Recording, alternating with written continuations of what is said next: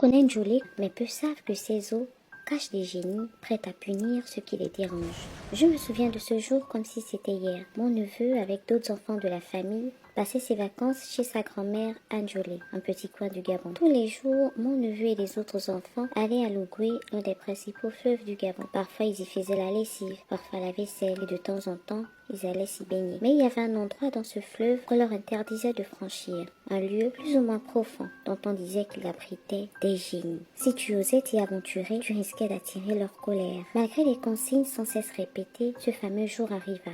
Malheureusement, mon neveu et certains de ses amis, après une partie de foot, se sont rendus à l'Ogooué, histoire de s'y baigner. Mais voilà, ils se sont aventurés là où ils n'auraient jamais dû aller. Dans l'ambiance, ils ne se sont pas rendus compte de la limite qu'ils franchissaient. Arrivés à l'endroit précis, 3 enfants, dont mon neveu, ont commencé à s'enfoncer, comme si une main invisible les tirait vers le fond. Leurs cris ont attiré ceux restés aux abords du fleuve, qui malheureusement n'ont pas pu les sauver, malgré toute la bonne volonté. Ils les ont vus en train de lutter, et puis tout s'est arrêté. Les adultes ont été alertés, mais ils sont arrivés plus tard. Les plus aguerris ont essayé de plonger, mais rien n'y faisait. Les enfants avaient comme disparu par magie. Pendant 2 jours, on les a cherchés, mais sans résultat. Puis un homme du village, réputé pour sa relation particulière avec les eaux de l'Ogooué, a été appelé afin de négocier avec les génies qui avaient pris les enfants pour qu'ils nous restituent les corps. Cet homme a plongé et il est resté sous l'eau une 30aine de minutes. Quand il est remonté enfin à la surface, il nous a dit que pour pouvoir les récupérer, il fallait faire un certain nombre de sacrifices. On s'est dépêché d'aller acheter le nécessaire.